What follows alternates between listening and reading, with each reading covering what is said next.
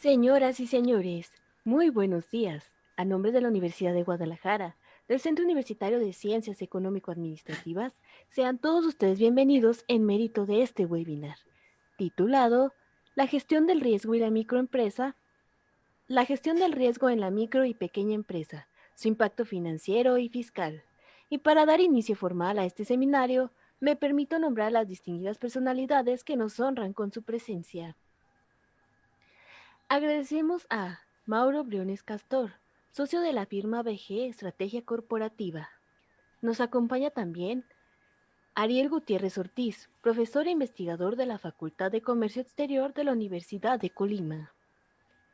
Agradecemos también la presencia de Rigoberto Roberto Reyes Altamirano, profesor e investigador del CUSEA. Y Gracias, como buenos días. moderadores de este evento nos acompañan Norma Angélica Torres Galindo y José Manuel Peña Maeda, ambos profesores del CUSEA. Reiteramos el saludo a todos ustedes y les mencionamos que al finalizar este seminario se leerán las preguntas e inquietudes que ustedes tengan, siempre y cuando las envíen a nuestras redes sociales en Facebook, en el chat de Livestream. Ahora bien, dejo en el uso de la voz a Norma Angélica Torres Galindo. Muy buenos días a todos. Agradecemos a la audiencia que nos acompaña y damos la bienvenida a los expositores de este webinar. Al maestro Mauro Briones Castor, muchas gracias maestro, al doctor Ariel Gutiérrez Ortiz y al doctor Rigoberto Reyes Altamirano. Me acompaña como moderador al maestro José Manuel Peña Maeda. Buenos días. Buenos días. Muchas gracias, doctora Norma. Muy buenos días a todos los que nos acompañen en este evento en línea. El objetivo de este webinar es dar a conocer a la comunidad universitaria, alumnos, académicos, empresarios y público en general, la gestión del riesgo, asimismo, el impacto financiero y fiscal en la micro y pequeña empresa. En el orden de participación, tendremos el primer tema, la gestión de riesgo en la micro y pequeña empresa. Estará a cargo del maestro Mauro Briones Castor. Él es contador público titulado, egresado de la Universidad de Guadalajara, ha cursado diferentes diplomados en impuestos, derecho laboral, comercio exterior. Actualmente cursa el programa de alta dirección AD2 en el IPADE Business School de la Universidad Panamericana. Colaboró en el área de auditoría por 4 años y en el área fiscal durante 6 años en la firma de contadores públicos Pricewaterhouse. Actualmente es socio de la firma de contadores públicos BG Estrategia Corporativa, la cual se dedica principalmente a la asesoría en materia fiscal, financiera y contable. Participa como consejero y comisario en diversas empresas de diferentes ramos y es miembro de comités de auditoría y fiscal. El segundo tema, el impacto financiero en la micro y pequeña empresa, lo dictará el doctor Ariel Gutiérrez Ortiz. Él es profesor e investigador de tiempo completo en la Facultad de Comercio Exterior en la Universidad de Colima. Es candidato a investigador nacional en el Sistema Nacional de Investigadores Nivel C. Cuenta con doctorado en Ciencias Administrativas y Negocios Internacionales y se desempeñó como gerente en proyectos de Biosa Procal. Es autor de diversos libros y artículos relacionados a logística y cadena de suministros en el sector marítimo y agronegocios. Finalmente, tendremos la participación del doctor Rigoberto Reyes Altamirano con el tema Impacto fiscal en la micro y pequeña empresa. Él es profesor e investigador de tiempo completo en el Centro Universitario de Ciencias Económico-Administrativas de la Universidad de Guadalajara, licenciado en Derecho, cuenta con maestría en Impuestos y doctorado en Derecho. Socio director del área de Defensa Fiscal y aduanera de Jurídica y Defensa. Ha publicado diversas obras de difusión científica en el ámbito jurídico, miembro del Sistema Nacional de Investigadores, nivel 1, desde el año 2013, reconocido por su labor de investigación en los premios Efraín Ursúa Macías, General Manuel M. Diegues y por el Centro Interamericano de Administradores Tributarios de la Organización de los Estados Americanos. Una vez concluida la presentación de los 3 temas, se dedicarán 15 minutos para la sesión de preguntas y respuestas. Damos inicio entonces con el primer expositor, el maestro Mauro Briones Castor. Adelante, maestro. Muchas gracias, Norma. Buenos días a todos y gracias por su participación en este webinar, la gestión del riesgo en la micro y pequeña empresa, su impacto financiero y fiscal. Es un honor compartir la plática con el maestro Ariel y con el maestro Rigoberto. Damos gracias a la Universidad de Guadalajara por invitarnos. Enseguida hacemos algunos comentarios respecto de la gestión del riesgo en las empresas que está o debería estar haciendo la auditoría interna ante la pandemia del COVID-19. Sobre todo en cómo el Departamento de Auditoría Interna se tiene que adaptar para apoyar a las empresas a enfrentar los riesgos de la pandemia, asegurando que las actividades que se planean realizar se hagan apegado a los estándares del negocio, minimizando los riesgos inherentes. En la primera lámina que tenemos, que habla de cómo las empresas se están preparando para enfrentar este reto. No sé si nos apoyan con la presentación. En la reacción que se tuvo ante esta situación, tal vez nos podemos encontrar con empresas o negocios que están entrando a los temas del uso de tecnologías o que en sus procesos ya los tienen implementados, o aquellas que realmente no estaban inmersos en ellas. Y en este tema podría pensarse que las que prácticamente estaban inmersas en el negocio tecnológico podrían enfrentar esta situación de manera práctica y ágil. Sin embargo, aunque esta podría ser una ventaja, nos encontramos que si bien el factor tecnológico puede ser una solución para este tipo de problemas, pues la verdad es que no lo es todo, ya que dependiendo del sector de negocios, las afectaciones se sufrieron con el uso o sin el uso de tecnologías. Lo que sí es importante en nuestra opinión es que tenemos que trabajar ante esta nueva realidad vía remota.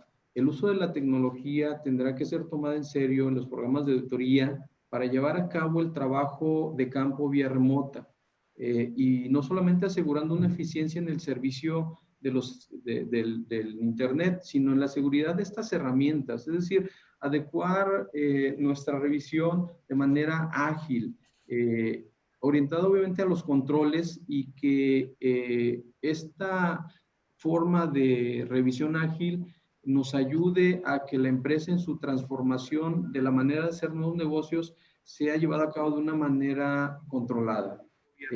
Adecuar la estructura para asegurar que los controles sean suficientes en estos negocios que en una parte podrán ser manejados a distancia o vía remota.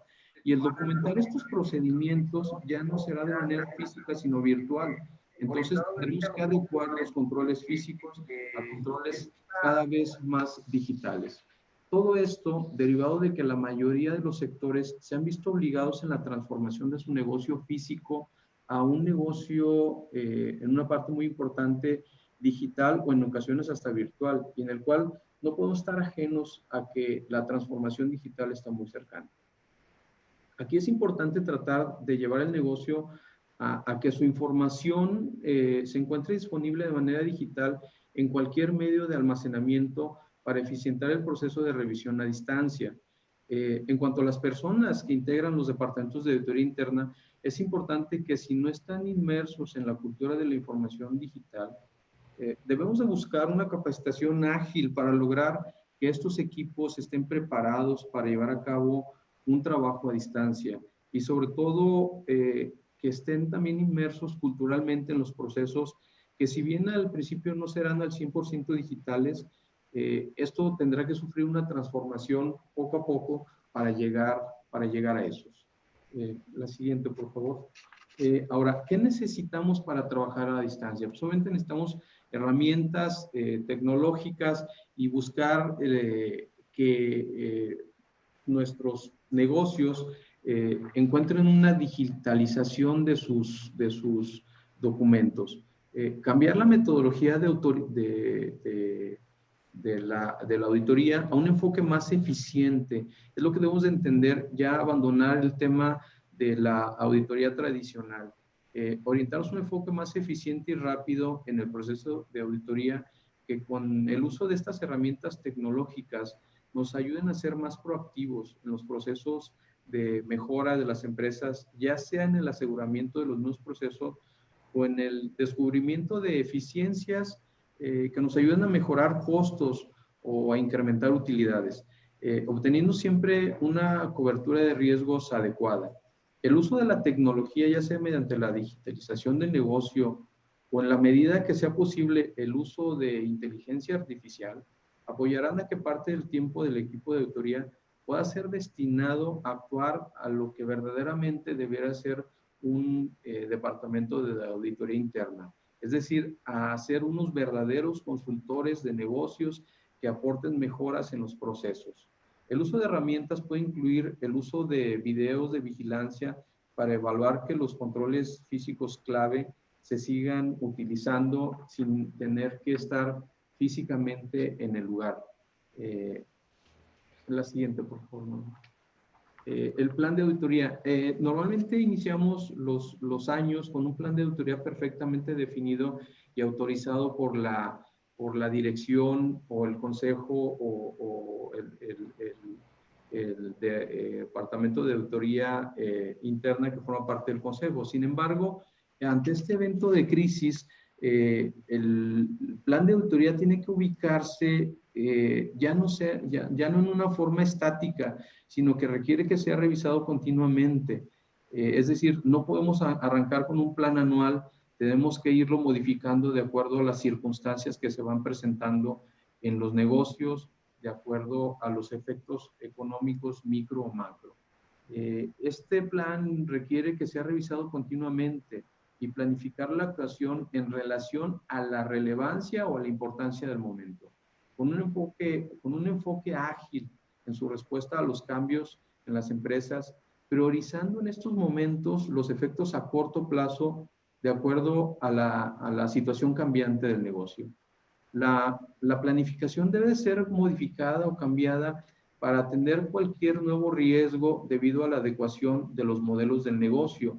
Actualmente los negocios están sufriendo cambios constantes y esto pudiera representar la exposición a riesgos nuevos que no han sido previamente planeados en dicho plan de auditoría. Como consultores que somos, debemos estar íntimamente relacionados con estas adecuaciones, priorizando el aseguramiento de las áreas de riesgo emergentes. ¿Cuáles son estas áreas de riesgo emergentes en este momento? Bueno, por los análisis de efectos en la liquidez del negocio, los cambios en políticas gubernamentales, revisar de qué forma están afectando el negocio, con los efectos de la pandemia, tanto en nuestros clientes como en nuestros proveedores, digitalización de procesos, etcétera. Debemos entender que en este tema tenemos que abandonar la forma tradicional de planificar la auditoría interna y cambiar a un plan de auditoría que nosotros llamamos un plan de auditoría ágil y dinámico. Aún y cuando el plan de auditoría 2020 esté autorizado y acordado, rompiendo un poco paradigmas de lo que es la auditoría, debemos de dejarlo y elaborar uno nuevo cada momento en el que se vaya requiriendo de acuerdo a las necesidades de la empresa. Siguiente, por favor.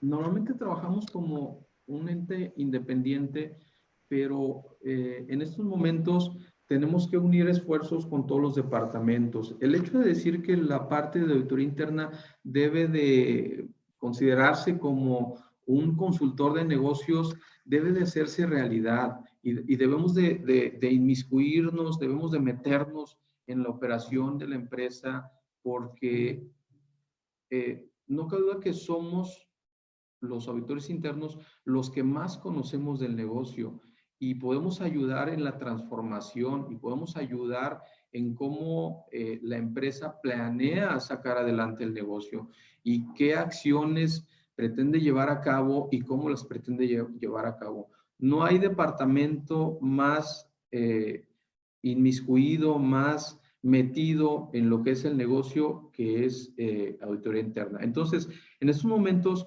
debemos de trabajar estrechamente con otras áreas que lleven actividades para reducir el riesgo de interrupción del negocio. Debemos de trabajar con la gerencia, debemos de trabajar con mercadotecnia, debemos de trabajar con ventas, debemos de trabajar con riesgos para apoyarlos, para criticarlos, para darles nuestra opinión respecto de los seguimientos que están ellos planeando. Es decir, apoyar con la experiencia del departamento en las modificaciones o adecuaciones a nuevos proyectos o a la forma de cambiar el negocio.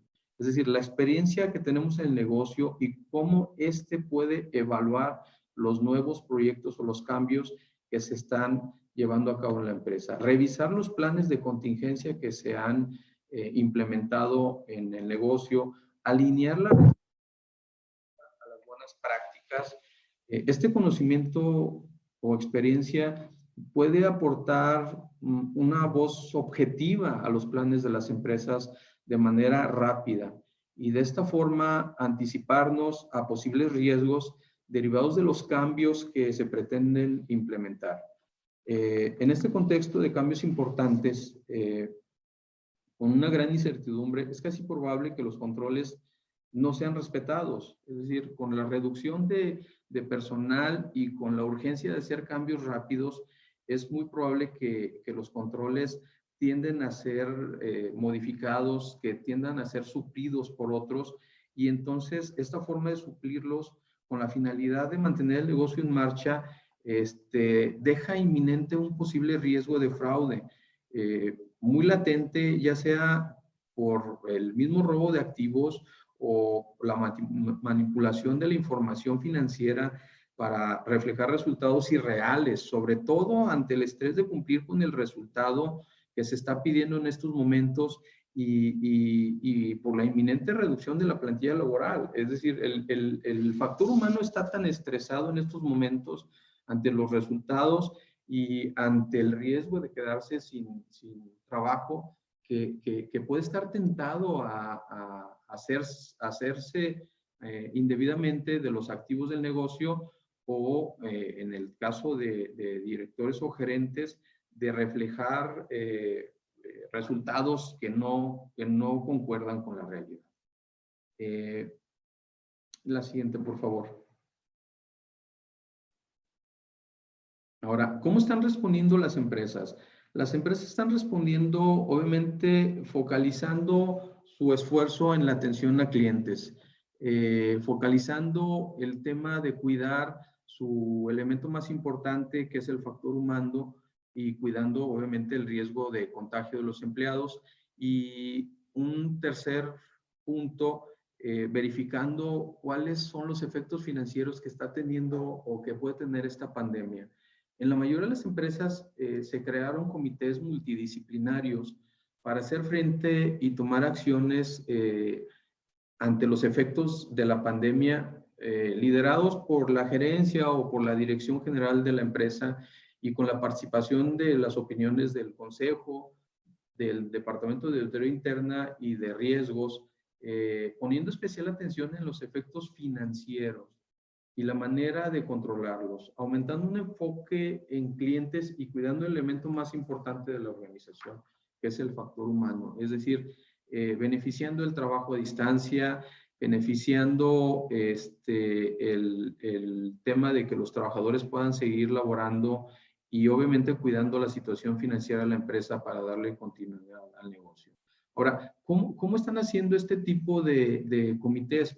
Bueno, pues realmente lo que están haciendo es que están, o se hizo al inicio y se sigue haciendo en el transcurso de esta pandemia interminable, el hecho de la creación de lo que nosotros denominamos como un cuarto de crisis. La siguiente, por favor. Y no es otra cosa más que un cuarto de crisis, es una reunión virtual, presencial, a distancia, que tenga propósitos y que tenga estructuras, es decir, que tenga un propósito de un objetivo de cómo encarar la crisis, cómo repartir el trabajo y la responsabilidad entre todos los integrantes, evitando obviamente el desgaste con el equipo directivo, porque finalmente quien refleja los resultados del negocio es ese equipo directivo, pero el trabajo y la responsabilidad pues es del equipo en general. Entonces se hace este cuarto, este equipo con la estructura de diversas áreas, como se comentó en la lámina anterior, y con un lenguaje de información común. ¿Qué tenemos que hacer en este cuarto de crisis? Pues asumir la realidad, asumir lo que realmente le está pasando a la empresa.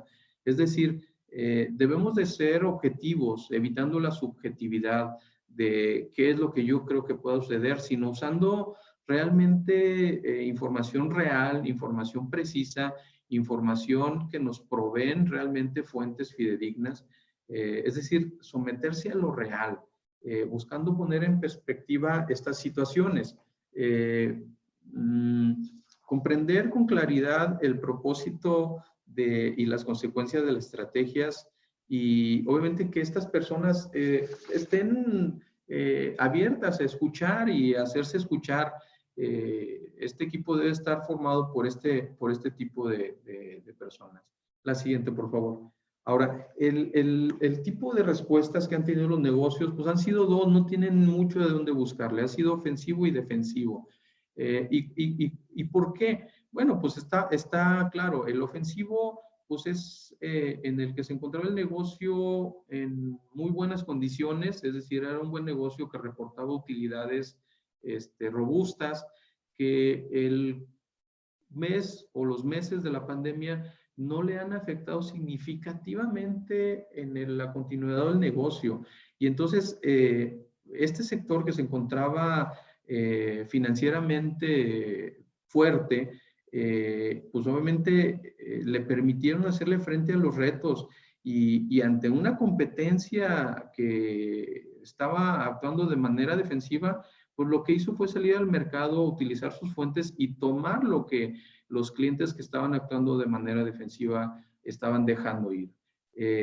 Los otros clientes que por su sector o por su posición en el que estaban fueron afectados directamente por la pandemia, pues obviamente tuvieron que actuar de manera defensiva porque el negocio, ya sea por la pandemia o porque simplemente su situación venía mal, redujeron su actividad ante un panorama de incertidumbre económica, porque era más viable para el negocio esperar a ver cómo se reactivaba la economía, aunque a largo plazo esto representara un riesgo para la propia continuidad del negocio.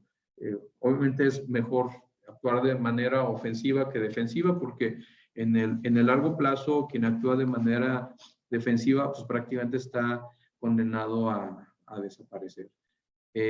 Cambiar el modelo económico, nosotros creemos que no es necesario cambiar el modelo económico del negocio ante la pandemia, sino adecuarlo, porque la forma de competir cambió. Es decir, ahora la estrategia debe ser orientada a negocios cada vez más de comercio digital y aprovechar las fortalezas de la empresa ante sus competidores. La siguiente, por favor.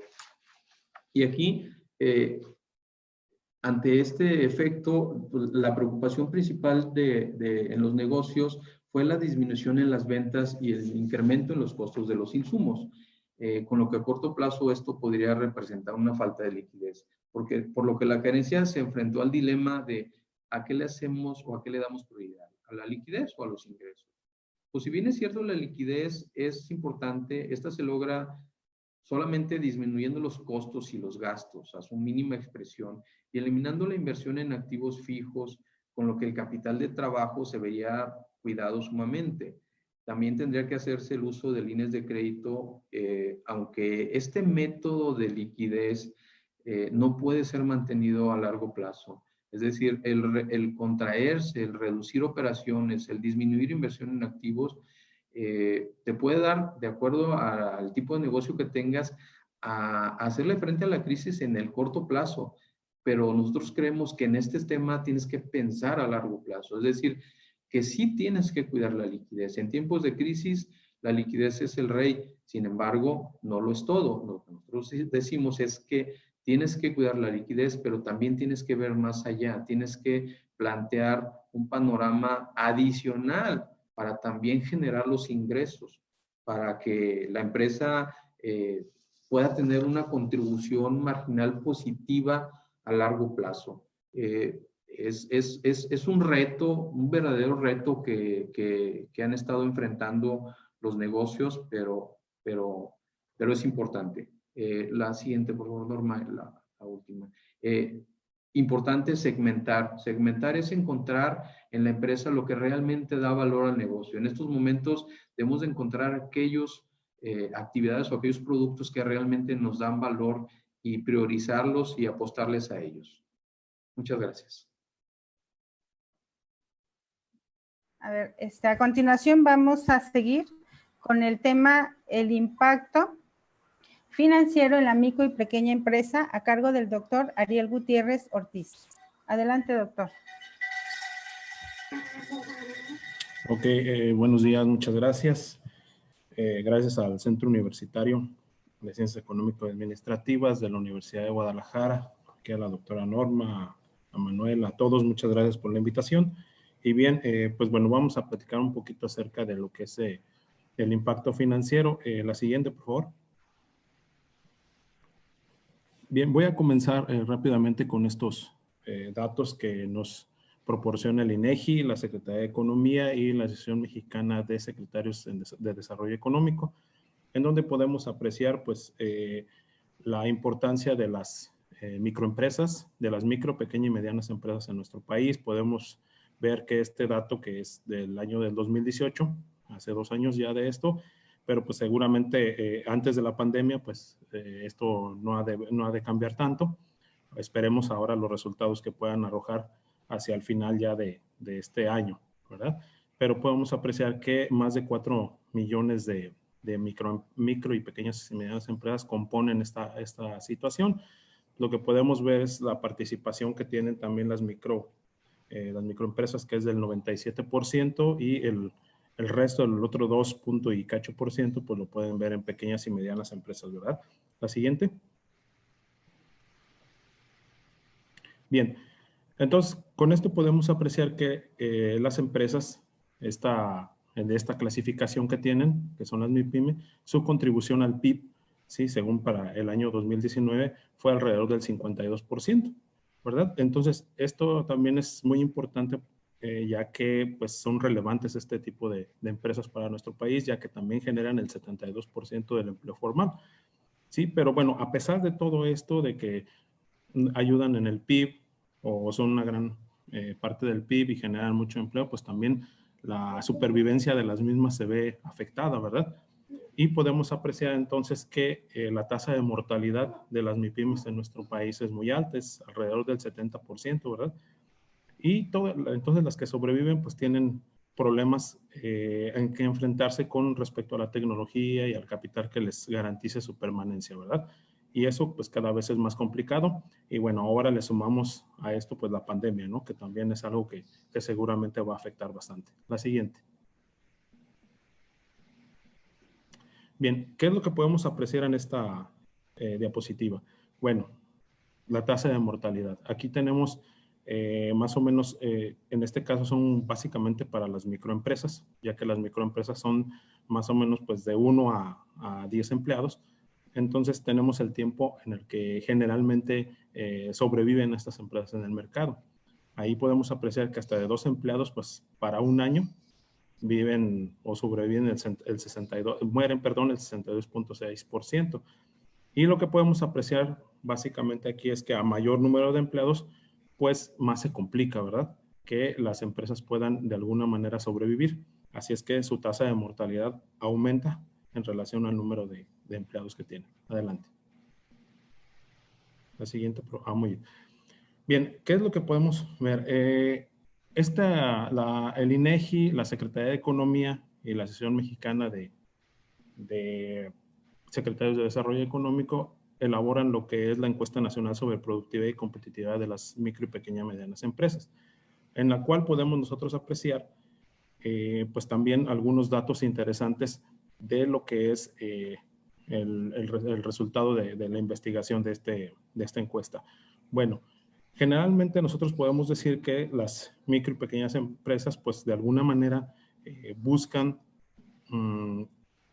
al momento de nacer, ¿sí? Tienen que seguramente de algún lugar sacar el dinero para su creación, pero ese dinero a lo mejor les va a durar quizás para la operación de algunos meses, pero ¿qué va a pasar más adelante?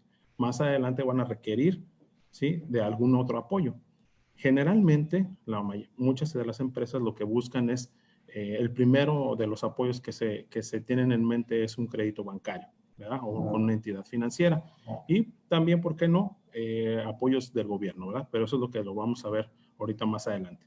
Aquí lo importante de esta gráfica de destacar es las empresas que de alguna manera aceptarían o no un crédito bancario, ¿sí? ¿Qué es lo que podemos apreciar? En amarillo podemos ver que en total, más del 70% no lo aceptaría, ¿sí? ¿Por qué? Bueno, ahorita vamos a ver algunas de las razones. Adelante. Aquí está, por ejemplo, en esta nos dice por qué no aceptarían ese crédito bancario, ¿sí? Y ese crédito bancario no lo aceptarían, en primer lugar, digamos, porque en amarillo también hablamos que es caro, porque seguramente la tasa de interés que les ofrecen es bastante alta, entonces pues seguramente ellos ven que no la van a poder pagar. Luego tenemos, por ejemplo, que no lo necesita. Bueno, eso es lo ideal, ¿verdad? Que a lo mejor las empresas no necesitan de este tipo de apoyos. Sin embargo, en la primera parte de arriba que podemos ver en color azul, donde dice otras, incluye algo interesante. Dice que cree que seguramente no se los den, ¿verdad? Y otras creen que es muy a corto plazo o, ¿verdad? En esta situación, cuando creen que es muy a corto plazo, ¿a qué se refiere? Pues que seguramente se los prestan, no sé, el dinero a un año o a menos, por ejemplo, o a menos de 2 años, entonces a lo mejor ellos no van a alcanzar a poder pagar los intereses de esta misma deuda, ¿verdad? Que están adquiriendo. La siguiente.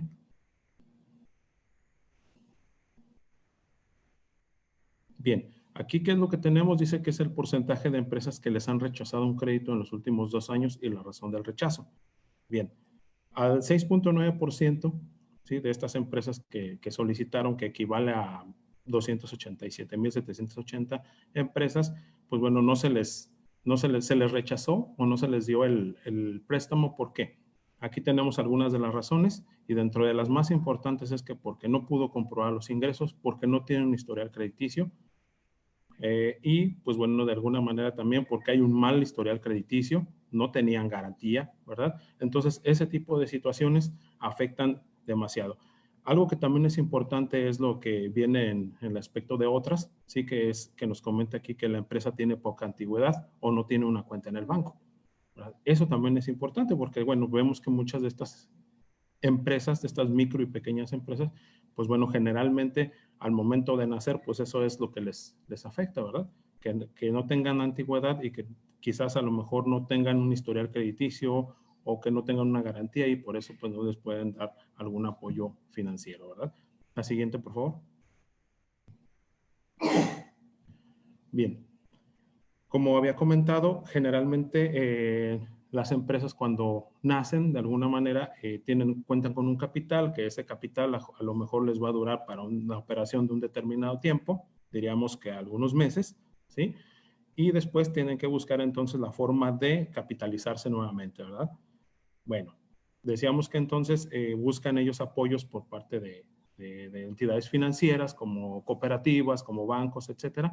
Pero también está la otra opción, que es la parte de los apoyos que ofrece el gobierno en sus diferentes niveles, ya sea apoyos federales, apoyos estatales o incluso municipales. Bien, aquí lo que podemos apreciar es el conocimiento que tienen esas empresas acerca de los programas de promoción y apoyo del gobierno, ¿verdad? Bueno, aquí es importante destacar también que más del 85% de esas empresas no los conoce. Es algo sumamente importante que de alguna manera pues le pega a la empresa no saberlo, ¿verdad? Entonces, como no lo sabe, pues no lo solicita y por lo tanto pues no puede tener algún acceso a este tipo de apoyos o incluso de préstamos, ¿verdad? Que esos préstamos pues son a una tasa de interés mucho más baja que lo que lo podrían lograr a través de una entidad financiera. Adelante. Bien, ahora el mismo punto pero dividido por sector, ¿verdad? ¿Cuál es la situación aquí? Que en el sector, aquí tenemos los 3 sectores, digamos los más relevantes: servicios, comercio, manufactura.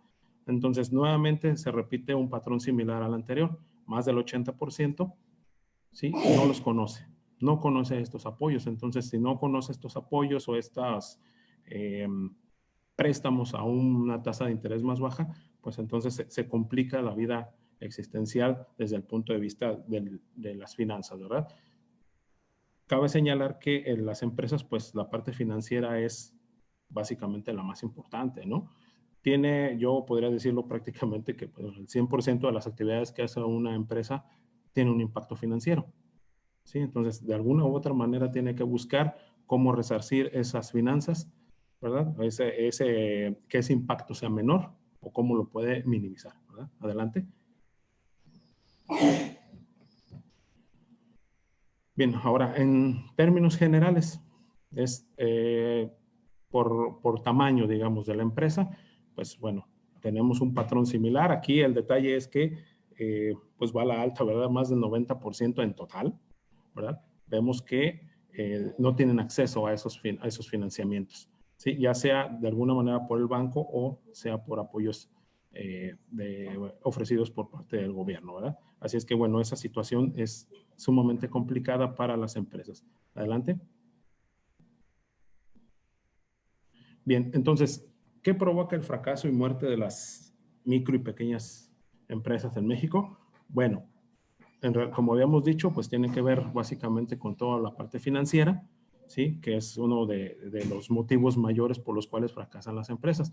Ahora bien, esa parte financiera, ¿dónde la vemos reflejada? En un plan de negocios. En un plan de negocios se puede apreciar perfectamente todo el desarrollo del mismo proyecto, digámoslo así, y podemos nosotros apreciar dónde y en qué parte afecta más o se tienen mayores impactos financieros. Adelante. Aquí tenemos, por ejemplo, los puntos que componen un plan de negocios así básicamente, que es lo que podemos encontrar en términos generales. Y si alcanzamos a apreciar, todo lo que aquí nos maneja es una planeación al final del día, pero esa planeación hay que ponerle dinero, ¿verdad? Hay que ponerle precio a todo eso. Y ahí nos vamos a dar cuenta de cuál es el impacto que tiene esta situación, ¿verdad? En el penúltimo punto tenemos el estudio económico financiero, que ahí es el resumen básicamente de todo lo demás, ¿sí? Pero desde el punto de vista monetario. Y al final tenemos algo bien importante que, bueno, aprovechando ahorita esta situación que estamos viviendo de la pandemia, pues ahí está el plan de riesgos y contingencias, ¿cierto? Que seguramente, pues bueno, para empezar, muchas de las empresas enmarcadas en este nivel no tienen un plan de negocios. Al no tener un plan de negocios, entonces no tenemos un plan de riesgos, ¿verdad? Entonces, esa es la situación. Adelante. Bien, en las conclusiones, bueno, tenemos que las micro y pequeñas empresas pues amplían la base productiva, atienden directamente a sus clientes generalmente, algunos atienden mercados especializados, y tienen empatía y relación con grandes empresas. Sin embargo, ¿qué es lo que sucede? Pues es común que no haya una reinversión, ¿verdad?, de las utilidades, tienen dificultad para acceder a los financiamientos y una baja capacidad de negociación también, por lo cual no pueden obtener mejores precios y pues eso de alguna manera pues les afecta desde el punto de vista financiero. Adelante. Bien. Pues concuerdo aquí con lo que comentan estos autores, Restrepo, Valencia y Venegas, que las decisiones financieras representan un gran impacto en el funcionamiento y desempeño de las empresas. Pues bueno, no tener esta información, pues de alguna manera va a contribuir a que desaparezcan del mercado, por ejemplo, y las decisiones de inversión y de financiación son relevantes en todos los aspectos de la empresa. Así es que en términos generales, sí, ahí se tiene que desarrollar un plan de negocios, ¿sí? Como resultado y esto va a ayudar a que se minimice el impacto financiero dentro de la micro y pequeña empresa. Y pues con esto termino mi participación. Muchas gracias. Muchas gracias, doctor. A continuación tenemos la participación del doctor Rigoberto Reyes Altamirano con el tema el impacto fiscal en la micro y pequeña empresa. Adelante, doctor, con su participación. Gracias, buenos días a todos. Si pasamos a la siguiente lámina, las micro, las medianas empresas tienen un marco regulatorio, que es esta ley para el desarrollo de la competitividad. Esta ley viene desde el 2002, fue reformada en el 2006 y de nueva cuenta hubo una reforma en el 2009 para... Si pasamos a la siguiente lámina, para estratificar el número de trabajadores en el que se ubican. Es un marco referencial nada más que lo estoy señalando, porque una de las conclusiones sería que a pesar de que existe esta ley y que obliga al gobierno federal a establecer apoyos para estas empresas, pues lamentablemente, como lo vamos a ver, en el presupuesto de egresos de la federación sí se establecieron algunos microcréditos, pero lamentablemente con esta pandemia no se ajustaron, lo cual sería muy deseable de que se modificara el presupuesto de egresos para establecer una bolsa de emergencia por esta pandemia que se nos vino encima. Bien, si pasamos a la siguiente lámina, vemos que según el Centro Económico para América Latina, la CEPAL, establece qué empresas están en riesgo severo de cerrar, como lo vimos con los expositores anteriores. El número me llamó la atención que hablaban de la muerte de estas empresas. Bueno, aquí tenemos a los sectores que tienen mucho riesgo, como es el turismo, como es la industria cultural tradicional, como es el comercio, los automóviles, el transporte. Menos probable las actividades financieras, las bebidas, los muebles, la industria química, y quizás los más fortalecidos por esta crisis, porque también hay sectores que se vieron fortalecidos. Tenemos a los de insumos y equipo médico, a los de medicamento y sobre todo al área de alimentos, los que producen alimentos, agricultura, ganadería y pesca. Bien, pasamos a la siguiente lámina. También la CEPAL nos revela el porciento de empresas que pueden cerrar a consecuencia de la crisis. Estamos hablando de el 20% que se presenta en números negativos según la CEPAL. Hablamos de las microempresas y luego le sigue las pequeñas empresas con el 7.1. ¿Qué quiere decir? Que las que están en grave riesgo de desaparecer son las microempresas, estas que fluctúan en el número de trabajadores y que, bueno, pues va a traer un aumento notable de personas desempleadas, y el Seguro Social ya nos reveló aproximadamente en 3 meses 140,000 empleos que se han perdido. Pasamos a la siguiente lámina. En esta lámina, si pasamos a la siguiente, de favor. A la siguiente lámina, si pasamos, por favor. Las empresas también, aquellas por sector, al comercio al por mayor y al por menor, es la mayor incidencia, sobre todo estas empresas pequeños restaurantes, pequeños fondas y aquellos que comercian al por mayor y por menor, en el caso de los mercados rodantes, etcétera, que generan fuentes de empleo, pues es el mayor número de las que están en peligro de desaparecer.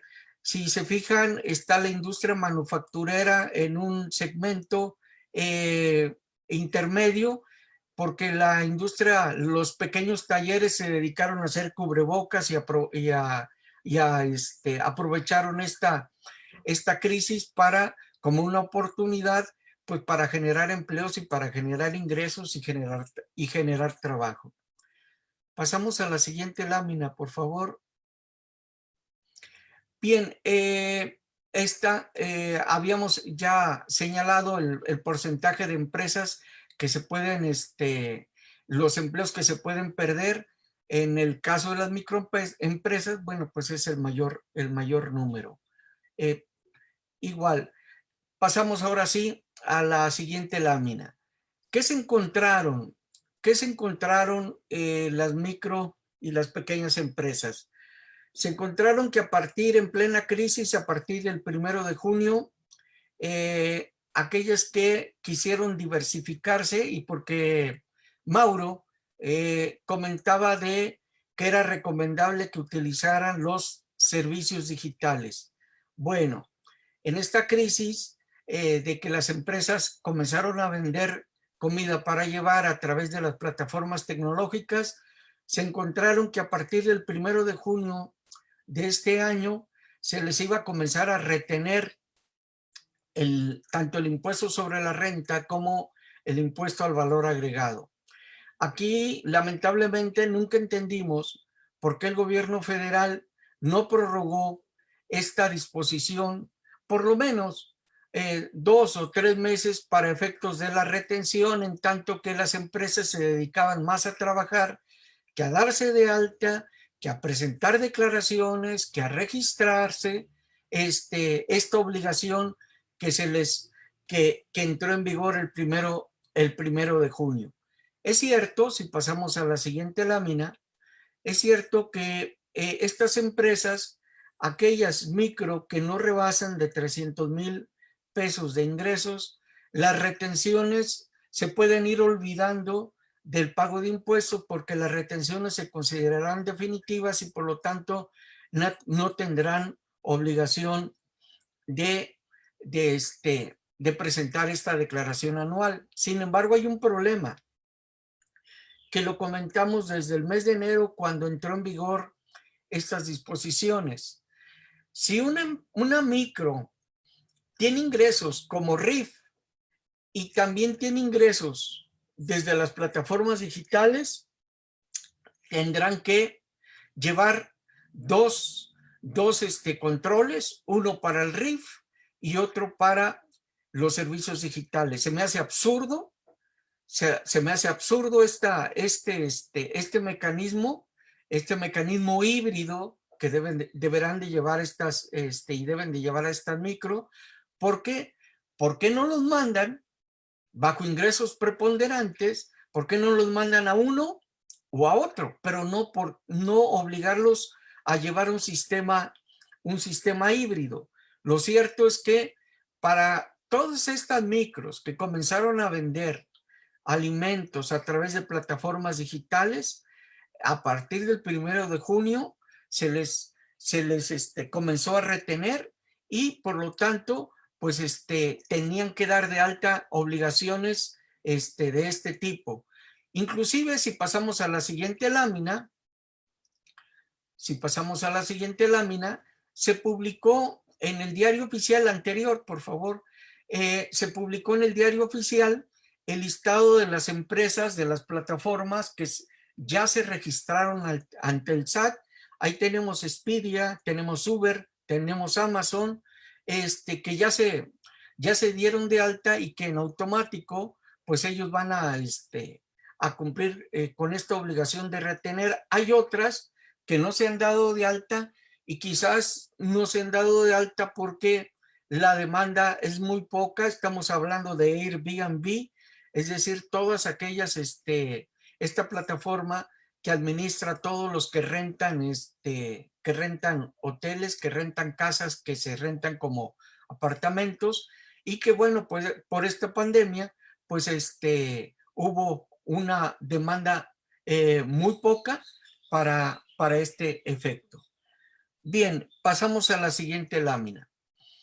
¿Cómo solucionar el problema que van a enfrentar las micro y las pequeñas empresas? Bueno, el soporte jurídico nos lo da el decreto publicado el 30 de marzo de este año.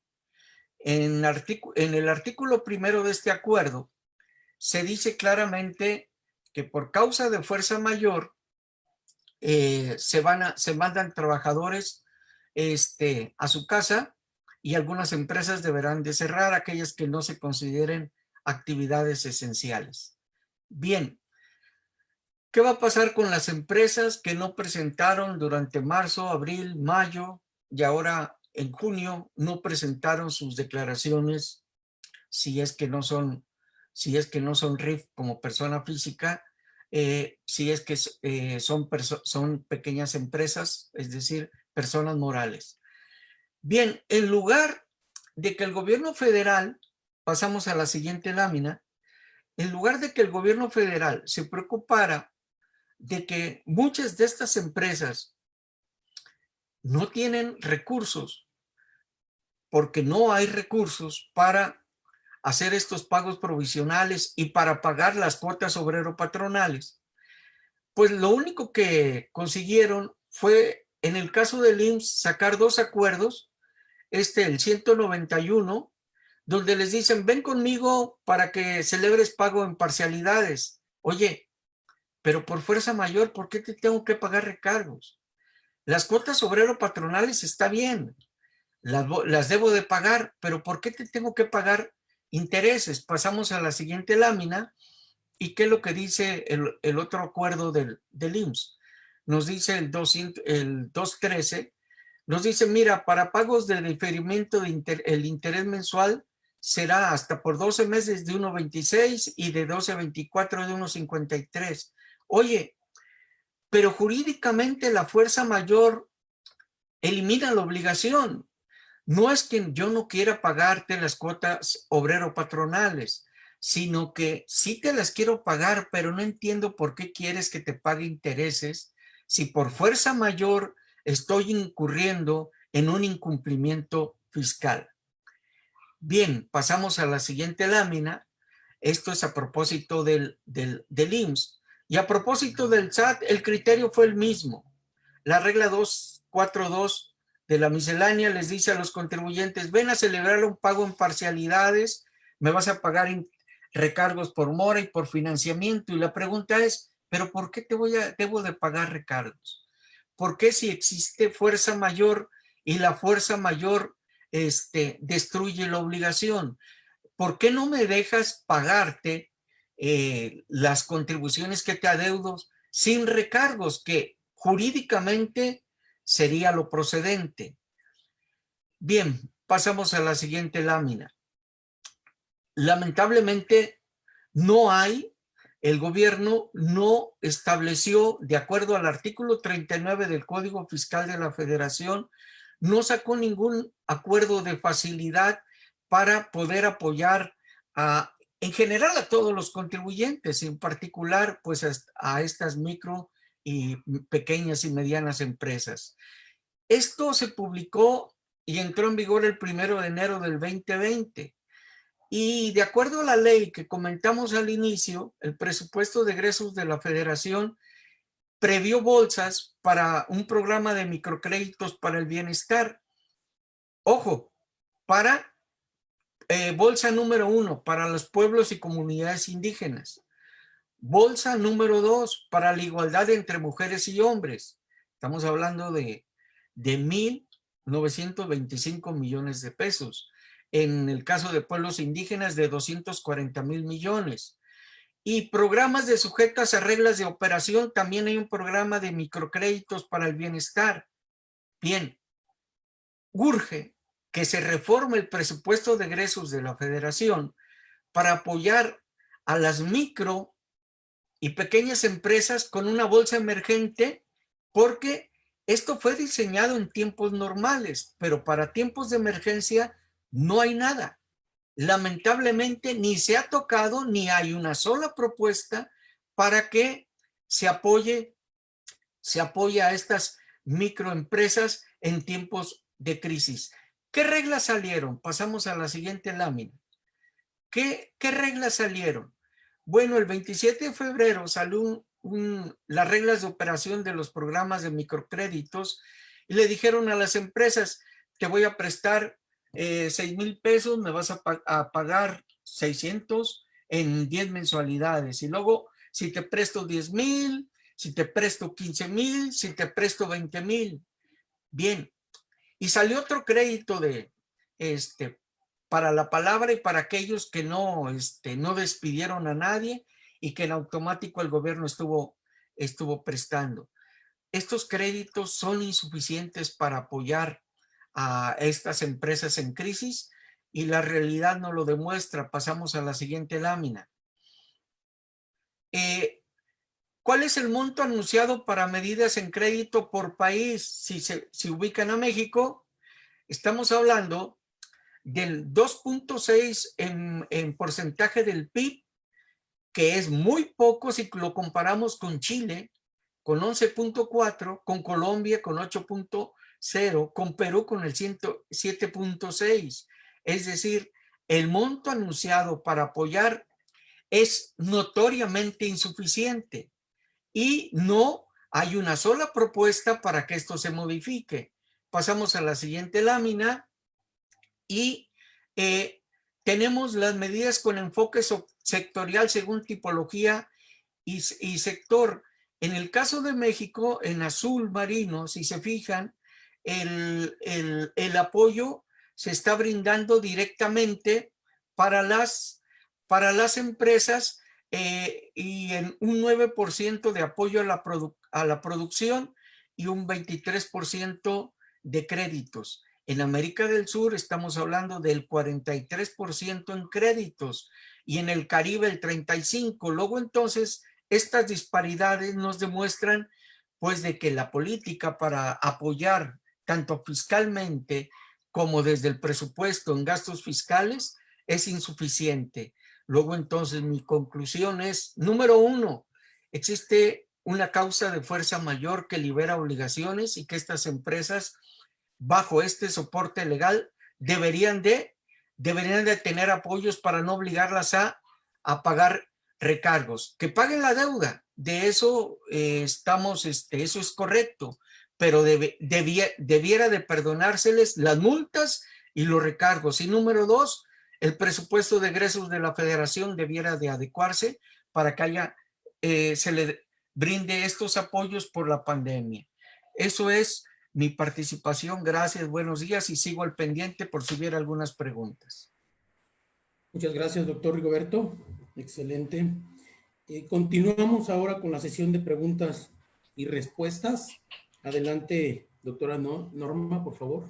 Bien, tenemos preguntas interesantes. Lorena Santiago pregunta, ¿están preparadas las empresas de auditorías para realizarlas en línea? Esa es la primera pregunta. Yo creo que en estos momentos no todas las empresas de auditoría están preparadas para hacer las auditorías en línea. Pero sí es importante que el cambio se vaya efectuando sistemáticamente, porque esto nos va a ayudar a que las auditorías sean cada vez más eficientes y que poco a poco nos convirtamos en unos verdaderos consultores de negocios. Nos va a llevar la pandemia, nos va a llevar estos efectos, nos va a llevar esta nueva realidad a hacerlo obligatoriamente, sí. No todas las empresas están, no, y sobre todo no las medianas y las microempresas. Muchas gracias. Iván Brambila pregunta, ¿también provoca el fracaso del negocio la inoperancia, es decir, la incompetencia gerencial o directiva? ¿Quién la quiere responder? Bueno, definitivamente la inoperancia, claro que te puede llevar al fracaso. La inoperancia te lleva a la pérdida de mercado. La inoperancia, el hecho de estar en modo defensivo, te lleva a que el que esté de manera ofensiva tome tu mercado. Lo que tú dejas lo va a tomar alguien más. Entonces, claro que lleva al fracaso estar de manera inoperante. Lo que tienes que buscar es encontrar soluciones para operar, ya sea en lo que estás haciendo o cómo lo estás haciendo o hacerlo de manera diferente. Pero yo creo que la inoperancia no debe de ser una solución. Más bien, debes de buscar una transformación, una adecuación a los alternativas a la nueva normalidad que está llevando a cabo. Yo no sé si tu negocio tenga que cambiar.